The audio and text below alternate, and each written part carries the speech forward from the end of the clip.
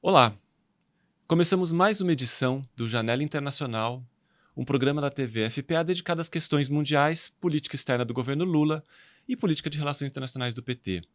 Essa edição do Janela Internacional está sendo gravada no dia 6 de outubro, uma segunda-feira, por volta das 10 horas, e irá ao ar no dia 8 de outubro, a quarta-feira, a partir das 15 horas. O programa de hoje será um pequeno especial sobre os 2 anos do mais recente conflito na faixa de Gaza. Nossa intenção é relembrar alguns fatos marcantes que já reportamos em outros programas, não trazer um cronograma completo e nem pretendemos esgotar o assunto. Não vamos entrar em debate profundo sobre as causas deste conflito que pediria um programa exclusivo. Vamos nos basear em dados reportados por organizações internacionais e pela mídia. E vamos sempre nos referir a este conflito como o mais recente, ou atual, ou outra terminologia que deixe claro que estamos nos referindo ao que está ocorrendo desde 7 de outubro de 2023. Porque, na realidade, a faixa de Gaza tem vivido um conflito constante há décadas. Esperamos dar uma pequena contribuição à memória sobre algo que está ocorrendo diante dos nossos olhos e não temos sido capazes de parar ou reverter. Um genocídio ocorrendo em pleno século XXI. Em 7 de outubro de 2023, o Hamas e outros grupos islâmicos que se identificam como resistência contra a ocupação israelense da faixa de Gaza lançaram um ataque contra Israel com o uso de foguetes e incursão territorial de combatentes, atingindo passagens de fronteira, instalações militares, colônias e cidades israelenses adjacentes ao enclave. A ação ocorreu um dia após o aniversário de 50 anos da eclosão da Guerra do Yom Kippur, em 6 de outubro de 1973.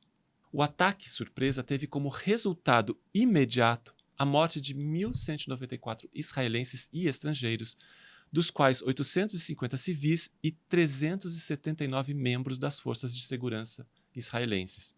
Estes números ainda variam de acordo com as fontes. Ao menos 14 dessas mortes foram decorrentes da resposta militar israelense sob a diretiva Hannibal. Além disso, foram feitos 251 reféns israelenses. Também houve baixas pelo lado palestino durante esse ataque, mas não encontramos fontes confiáveis com números oficiais. O que é a diretiva Hannibal? É um procedimento considerado por muitos como controverso, usado pelas forças armadas israelenses para impedir a captura de seus soldados por forças inimigas. Foi introduzida em 1986 após uma série de sequestros de soldados no Líbano e as subsequentes trocas de prisioneiros.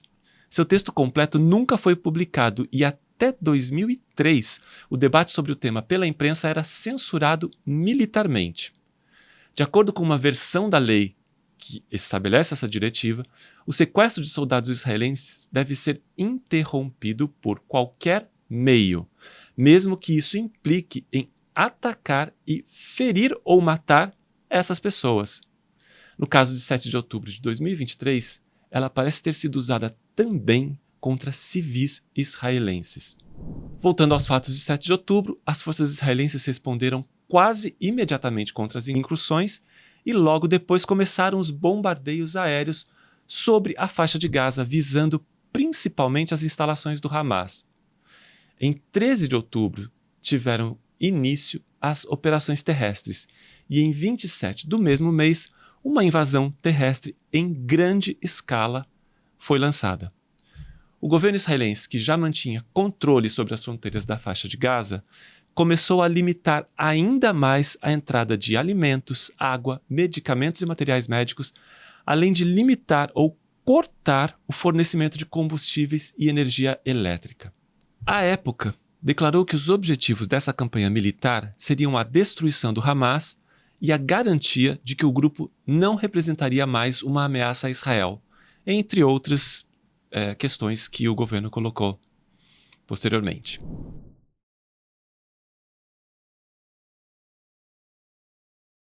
Alegando preocupação humanitária, o exército israelense adotou o método de enviar mensagens aos habitantes locais informando onde haveria um ataque e pedindo para se deslocarem para outras regiões do enclave, indicadas nas mensagens como locais seguros para evitar esses ataques. Essa medida foi bastante criticada pela comunidade internacional. Os avisos eram enviados com pouca antecedência, muitas vezes não davam tempo suficiente para a fuga.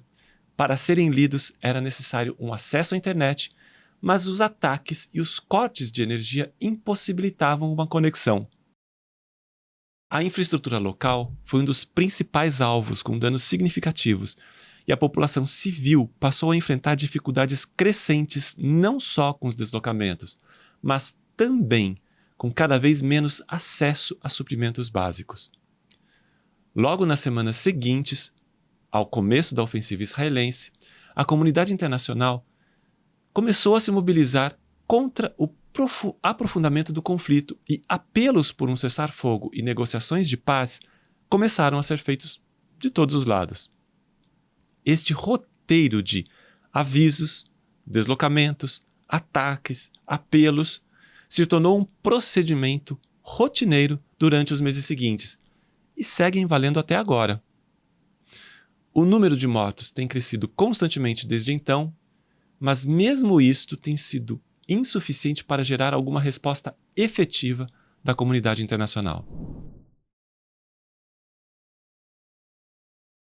Um primeiro cessar-fogo temporário foi alcançado já em 22 de novembro de 2023, após negociações mediadas por Egito e Catar, e permitindo a libertação de alguns reféns e a entrada limitada de ajuda humanitária em Gaza. Ele foi rompido logo em 28 de novembro sob acusações mútuas de quebra de acordo e os combates recomeçaram, com Israel intensificando as operações militares. Tudo novamente sob a condenação pela comunidade internacional e trazendo um agravamento da situação humanitária. Um segundo cessar-fogo de 15 a 18 de janeiro de 2025 foi acordado em meio a fortes pressões internacionais, mas também foi rapidamente rompido devido a novos ataques e hostilidades, e novamente sob acusações mútuas de quebra de acordo. Sua duração não permitiu a chegada de ajuda humanitária suficiente à população de Gaza. Desde então, negociações têm sido feitas, propostas apresentadas, mas até o momento não houve qualquer avanço. Dados de 1º de outubro deste ano de 2025 indicam que mais de 69.100 pessoas, sendo 67.144 palestinos e 1.983 israelenses, foram mortas durante o atual conflito em Gaza, de acordo com dados oficiais do Ministério da Saúde de Gaza e do Ministério das Relações Exteriores de Israel. Além disso, foram mortos mais de 200 jornalistas e profissionais de mídia, 120 acadêmicos e mais de 224 trabalhadores humanitários, incluindo 179 funcionários da Agência das Nações Unidas para Assistência aos Refugiados da Palestina no Oriente Médio, a UNRWA, na sigla em inglês. Acadêmicos de diversos países estimam que 80% dos palestinos mortos sejam civis, e um estudo do Alto Comissariado das Nações Unidas para os Direitos Humanos verificou as fatalidades de 3 fontes independentes e descobriu que 70% dos palestinos mortos em prédios residenciais ou habitações semelhantes eram mulheres e crianças. Nesse termo habitações semelhantes, podemos também incluir tendas em campos de refugiados.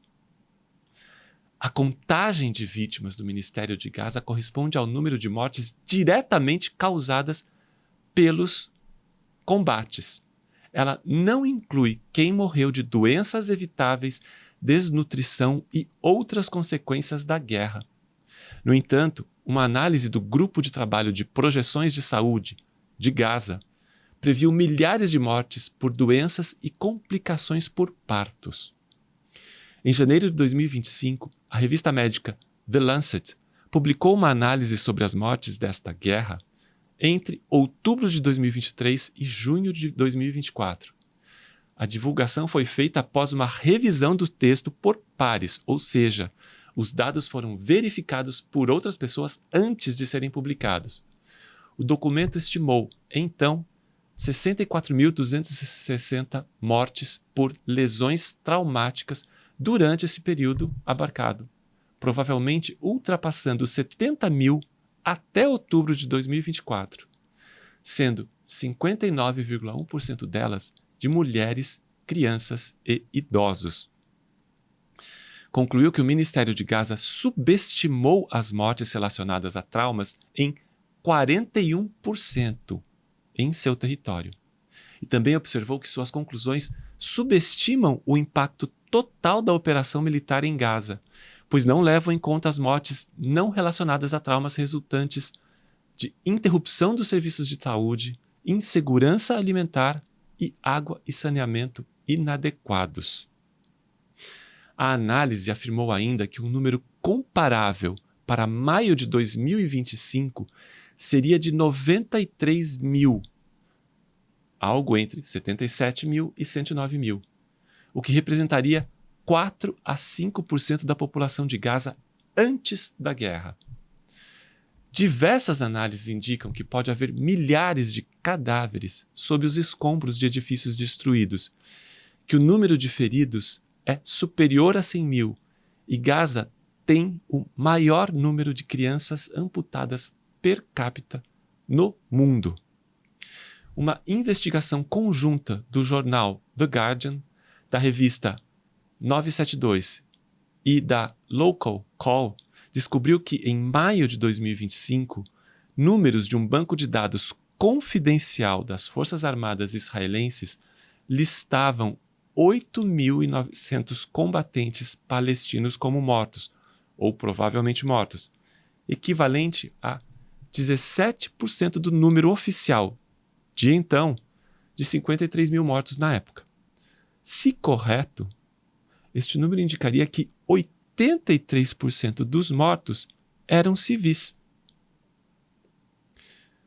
Somam-se a isso ataques indiscriminados a prédios civis, hospitais e até mesmo campos de refugiados, transformando qualquer local em Gaza em potencial alvo e deixando nenhum lugar seguro para a população.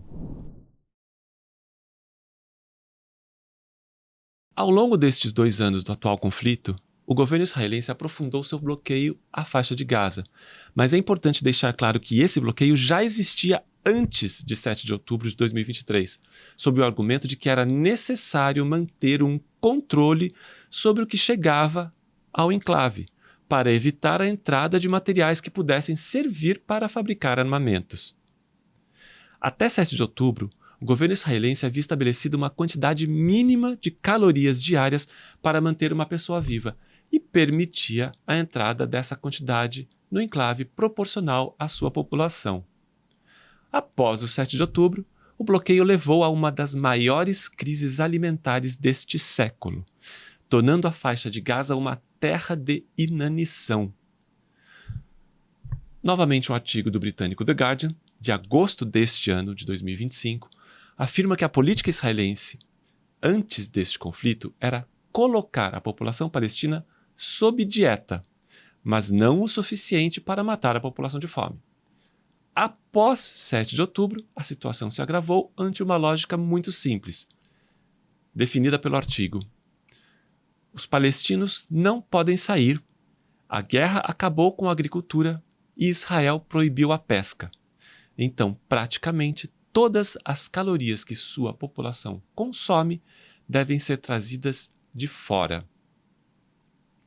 Após muitos protestos e pressão da comunidade internacional, a partir de maio deste ano, a distribuição de alimentos ficou a cargo da Fundação Humanitária de Gaza, uma organização privada dos Estados Unidos e contratada pelo governo israelense, cujo trabalho tem sido fortemente criticado por diversas organizações humanitárias internacionais.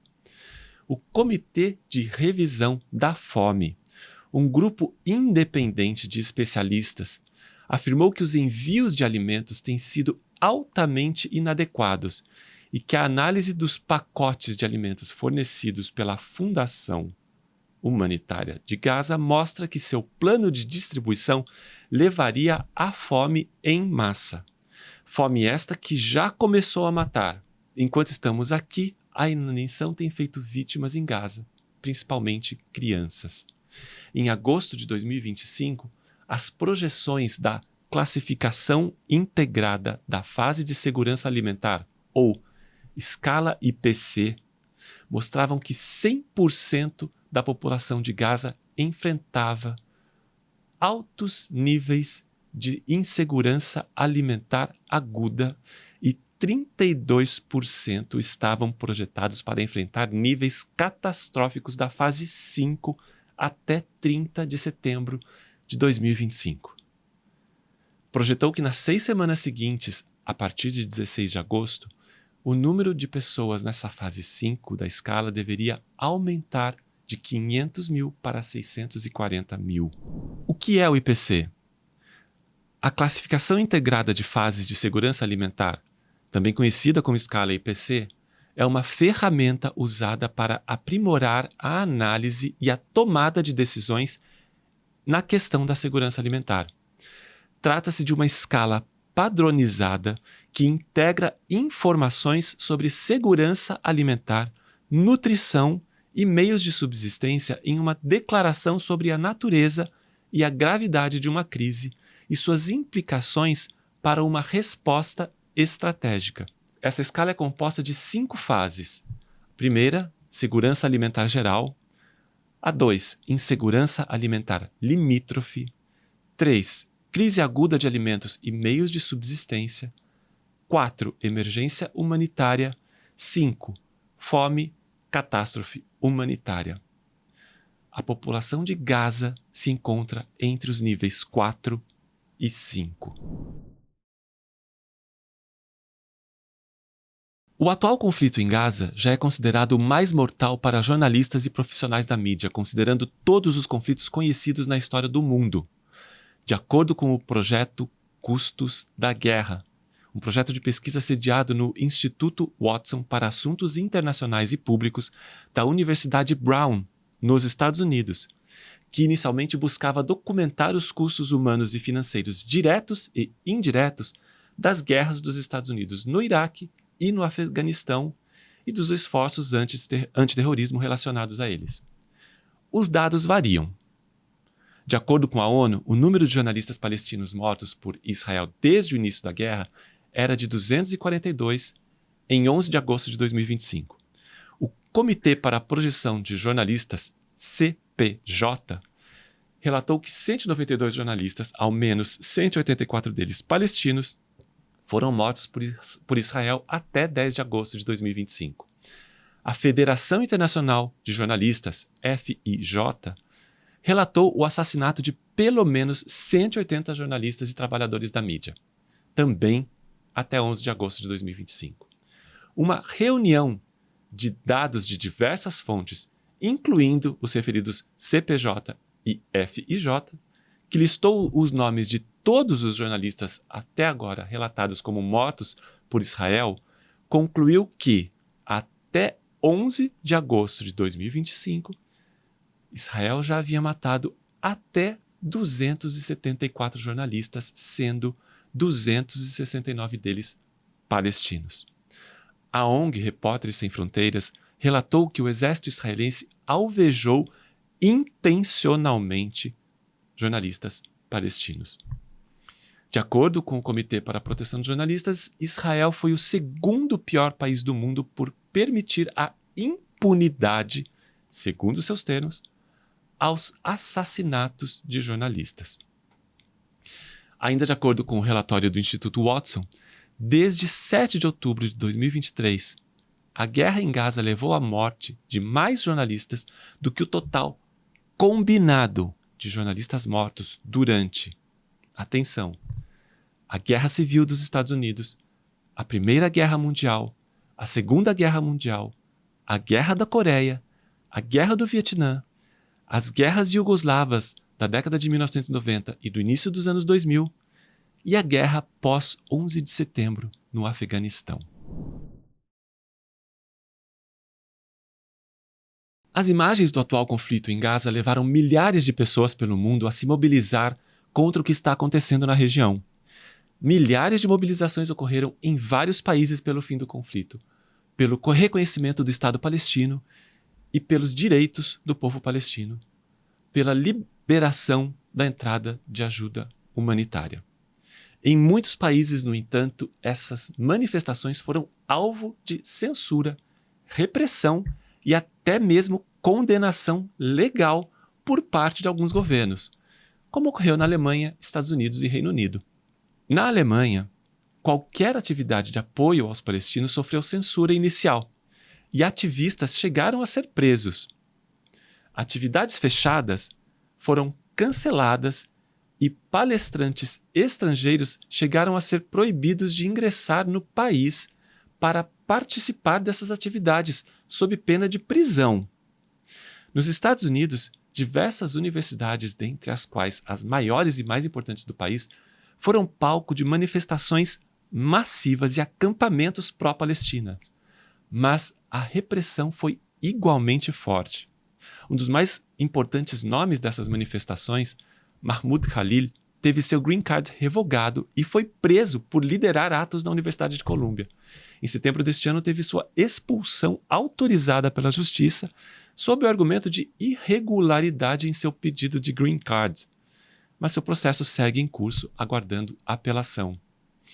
E no Reino Unido, apesar de manifestações não terem sido proibidas, o grupo ativista Palestine Action foi equiparado à organização terrorista em julho deste ano devido a ações de vandalismo.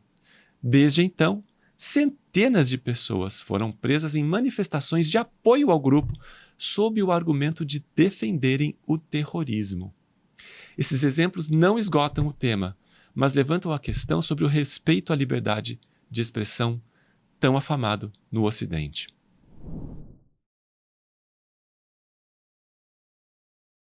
Os debates na ONU, desde o início do atual conflito em Gaza, têm sido marcados por constantes apelos por cessar-fogo e aumento da ajuda humanitária, além de divisões entre os membros do Conselho de Segurança, que gera dificuldade para a adoção de resoluções e leva a uma inação do órgão. Diversas resoluções foram propostas, a primeira delas em 18 de outubro de 2023, que pedia uma pausa humanitária e corredores para entrega de ajuda, num texto liderado pelo Brasil e apoiado pelos demais 9 membros eleitos. No entanto, foi vetada pelos Estados Unidos, sob o argumento de que o texto não oferecia mecanismos adequados para a liberação de reféns e levantou preocupações sobre a linguagem adotada pelo texto, entendida como punitiva contra Israel. Dentre as outras propostas, a maioria foi vetada, principalmente pelos Estados Unidos, mas 2 por China e Rússia. Somente 3 foram aprovadas, todas com teor semelhante ao da proposta brasileira, ou seja, cessar-fogo, libertação de reféns e permissão de entrada de ajuda humanitária. Mas em todos os casos, a implementação tem se mostrado difícil, se não impossível. Essa questão tem levantado diversos questionamentos sobre a incapacidade de uma ação efetiva da ONU para evitar a catástrofe humanitária que está ocorrendo em Gaza. Em 29 de dezembro de 2023, a África do Sul apresentou um pedido ante a Corte Internacional de Justiça para a aplicação da Convenção sobre a Prevenção e Punição do Crime de Genocídio, datada de 1948, num caso que ficou conhecido como África do Sul versus Israel, e se refere à conduta de Israel na faixa de Gaza durante o atual conflito. A África do Sul alegou que Israel havia cometido e estava cometendo genocídio em Gaza, violando a Convenção sobre Genocídio, incluindo o que a África do Sul descreveu como 75 anos de apartheid, 56 anos de ocupação e 16 anos de bloqueio da faixa de Gaza. O governo sul-africano solicitou que a corte indicasse medidas provisórias de proteção, incluindo a suspensão imediata das operações israelenses. Em sua defesa, Israel caracterizou as acusações da África do Sul como infundadas e acusou o país de ser um braço jurídico do Hamas. Afirmou que conduziu uma guerra de autodefesa após o ataque sofrido em 7 de outubro de 2023, em conformidade com o direito internacional. Nos dias 11 e 12 de janeiro de 2024, o Palácio da Paz, em Haia, nos Países Baixos, onde funciona a corte, assistiu a 2 dias de audiências públicas e a corte decidiu que era plausível a alegação sul-africana de que os atos israelenses poderiam infringir os direitos do povo palestino, protegidos pela Convenção do Genocídio, emitindo medidas provisórias como uma ordem para que Israel tomasse todas as providências para impedir atos contrários a essa convenção. Porém, não ordenou a suspensão da campanha militar. O tribunal também expressou preocupação com o destino dos reféns mantidos na faixa de Gaza e reconheceu a situação de catástrofe no local. No final de fevereiro desse mesmo ano, as ONGs Human Rights Watch e Anistia Internacional afirmaram que Israel não havia cumprido essas medidas e que obstruir a entrada e a distribuição de ajuda constituía um crime de guerra. Em 28 de março de 2024, após um segundo pedido de medidas adicionais, a Corte emitiu nova ordem para que Israel garantisse o fornecimento básico de alimentos sem demora, enquanto os habitantes de Gaza enfrentavam a fome e começavam a enfrentar a inanição. Desde a proposição da ação, mais de 30 países e organizações multilaterais se juntaram à África do Sul, neste caso da Corte. Pela outra parte, 10 países se juntaram à defesa de Israel. Em 12 de outubro de 2023, já enquanto ocorria a guerra em Gaza, o promotor-chefe do Tribunal Penal Internacional, Karim Ahmad Khan, declarou que tanto os crimes de guerra cometidos por palestinos em território israelense, quanto por israelenses em território palestino, estariam sob a jurisdição de investigação do tribunal. Em pronunciamento no início de dezembro, ele afirmou que Israel e Hamas eram obrigados a respeitar as regras da guerra e que ele estava acelerando sua investigação sobre a violência de colonos israelenses. No final de abril de 2024, uma equipe do tribunal entrevistou funcionários de hospitais palestinos da faixa de Gaza sobre possíveis crimes de guerra. Em 20 de maio do mesmo ano, Khan anunciou que apresentaria pedidos de mandatos de prisão contra os líderes do Hamas, Yahya Sinwar, Mohammed Deif e Ismail Haniyeh, e contra o primeiro-ministro israelense Benjamin Netanyahu e seu ministro da Defesa de então, Yoav Gallant. No caso dos líderes do Hamas, os pedidos foram retirados após os assassinatos deles. Ao solicitar esses mandados, Khan alegou que Netanyahu e Gallant haviam cometido o crime de guerra de fome, bem como causar intencionalmente grande sofrimento ou lesões corporais ou à saúde graves ou tratamento cruel, homicídio doloso ou homicídio como crime de guerra, e dirigir intencionalmente ataques contra civis em Gaza, além dos crimes contra a humanidade de extermínio ou homicídio, perseguição e outros atos desumanos. O que são a Corte Internacional de Justiça e o Tribunal Penal Internacional? É comum haver confusão entre a Corte Internacional de Justiça e o Tribunal Penal Internacional, e parte dessa confusão se deve ao fato de ambos funcionarem no Palácio da Paz, em Haia, nos Países Baixos. A Corte Internacional de Justiça, ou CIJ, é um órgão consultivo da ONU que cuida de conflitos jurídicos entre Estados e emite pareceres consultivos sobre questões legais. É o principal órgão judicial da ONU, criado em 1945. O Tribunal Penal Internacional, ou TPI, tem a função de investigar, processar e julgar indivíduos acusados de crimes graves como genocídio, crimes de guerra, crimes contra a humanidade e crimes de agressão. É um tribunal independente da ONU, embora tenha sido aprovado pela Assembleia Geral, e foi criado pelo Estatuto de Roma em 2002. Vamos deixar aqui na descrição do vídeo um artigo explicando melhor as suas diferenças. Ao longo de todo o conflito, as reações dos países foram as mais diversas possíveis. Desde o início, alguns países como África do Sul e Irlanda ficaram contra o conflito, contra a resposta israelense e a favor do povo palestino. Outros, porém, defenderam o direito de defesa de Israel a qualquer custo. E outros países, como a Espanha, tomaram medidas concretas contra o comércio de armas com Israel e, mais recentemente, fecharam seu espaço aéreo a qualquer aeronave que estivesse transportando materiais bélicos para Israel.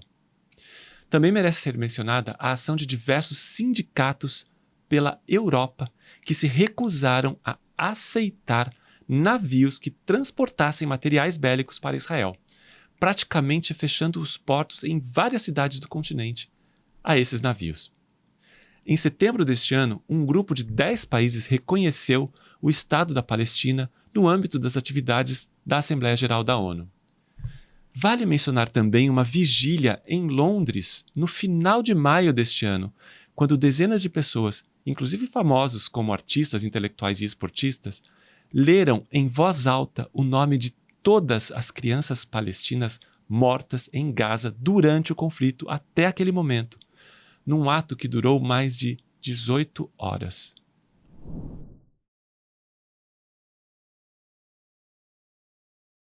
Já fizemos referência à proposta de resolução apresentada pelo Brasil em 18 de outubro de 2023, vetada pelos Estados Unidos. Em 10 de janeiro de 2024, o presidente Lula expressou apoio à África do Sul em seu processo junto à Corte Internacional de Justiça, através de uma declaração do Ministério das Relações Exteriores. O presidente expressou seu apoio à iniciativa da África do Sul de apelar à Corte Internacional de Justiça para ordenar que Israel cesse imediatamente todos os atos e medidas que possam constituir genocídio. Em 18 de fevereiro de 2024, após participar da 37ª Cúpula de Chefes de Estado e de Governo da União Africana em Addis Abeba, capital da Etiópia, Lula deu uma entrevista coletiva antes de embarcar de volta ao Brasil. Essa entrevista ficou marcada e correu o mundo devido às palavras usadas por ele que geraram forte reação do governo israelense, levando à retirada, em protesto, do embaixador brasileiro Frederico Meyer de Tel Aviv. No entanto, este caso tomou mais espaço na mídia e ganhou mais destaque do que uma frase dita ao final da entrevista. O que nós estamos esperando para humanizar o ser humano? É isso que está faltando no mundo. O Brasil continua solidário ao povo palestino. O Brasil condenou o Hamas, mas o Brasil não pode deixar de condenar o que o exército de Israel está fazendo na faixa de Gaza. Em 19 de setembro de 2025, o Brasil finalmente apresentou seu pedido de adesão ao caso na Corte Internacional de Justiça, ao lado da África do Sul e mais de 30 países e organismos internacionais. Falar de pessoas que marcaram estes últimos 2 anos na questão de Gaza não é tarefa fácil, nem curta. Poderíamos mencionar os profissionais e médicos humanitários que estiveram em Gaza durante todo este tempo, numa tentativa desesperada de ajudar a população local, não se importando com os riscos à sua própria vida. Ou os profissionais da mídia que arriscaram suas vidas para levar a informação real ao resto do mundo, sabendo que se tornariam alvo ao se dedicar a esta função. Poderíamos mencionar as milhares de pessoas que protestaram pelo mundo, a tentativa da marcha para Gaza, as flotilhas e seus tripulantes que puseram suas vidas em risco pelo povo de Gaza, e mesmo os milhares, talvez milhões, de judeus pelo mundo que são contra o que está acontecendo na Palestina e não se aceitam representados pelo governo de extrema-direita fascista de Israel. Poderíamos mencionar diversos indivíduos que, com suas ações ou suas vozes, se colocaram na linha de frente desta luta. Mas, por mínimo que possa parecer, lembraremos de 2 mulheres, uma por seu trabalho, a outra por seu sofrimento, sem prejuízo de todas as outras pessoas que tiveram suas histórias ligadas a este conflito ou apagadas por ele. A primeira delas é Francesca Albanese, jurista italiana especializada em Direito Internacional e Direitos Humanos e, desde 2022, relatora especial da ONU para os territórios palestinos ocupados. Ela defendeu que os Estados-membros da ONU desenvolvessem um plano para o fim da ocupação israelense e do regime de apartheid. Também tem sido forte crítica da inação dos Estados sobre essa questão. Desde o início do atual conflito, ela tem advertido para o risco de limpeza étnica e defendido a apuração da responsabilidade pelos crimes cometidos pelas forças de Israel e pelo Hamas. em 26 de março de 2024 foi responsável pela publicação do relatório Anatomia de um Genocídio, afirmando que as ações de Israel em Gaza são bem fundamentadas para falar de genocídio. Albanese sofreu e tem sofrido ataques por sua atuação, inclusive por parte do governo dos Estados Unidos, que recentemente revogou seu visto, mas não deixou de lutar pelos direitos do povo palestino. A segunda pessoa a ser lembrada é uma menina, Hind Rami Iyad Rajab, uma palestina morta aos 5 anos de idade, em 29 de janeiro, pelas forças israelenses, durante uma operação que também vitimou 6 de seus familiares e 2 paramédicos que tentaram socorrê-la. Ela e sua família fugiam da cidade de Gaza quando seu veículo foi bombardeado, matando seu tio, sua tia e 3 primos. Rajab e outro primo sobreviveram e ligaram à Sociedade do Crescente Vermelho Palestino para pedir ajuda, embora soubessem que estavam sendo atacados por um tanque israelense. O primo foi morto logo em seguida e ela ficou presa no veículo por horas e ao telefone, enquanto os paramédicos tentavam resgatá-la. Ao final, Rajab e os paramédicos foram encontrados mortos em 10 de fevereiro, após uma retirada israelense. Sua morte levou à criação da Fundação Hind Rajab, organização dedicada a responsabilizar soldados israelenses por supostos crimes de guerra. Apesar de não termos nomeado todas as pessoas que merecem ser lembradas, é importante continuar nesta luta para não deixar que suas vidas e seus trabalhos caiam no esquecimento e que sua luta tenha um resultado final de um Estado da Palestina livre, convivendo pacificamente com o Estado de Israel verdadeiramente democrático.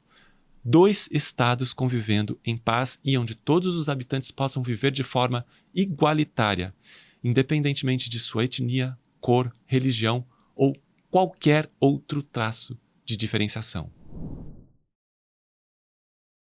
Esperamos ter trazido neste programa um pouco do momento que vivemos atualmente, de encruzilhada para lutar por um mundo de paz, de convivência e de igualdade para todos os povos. Muito obrigado.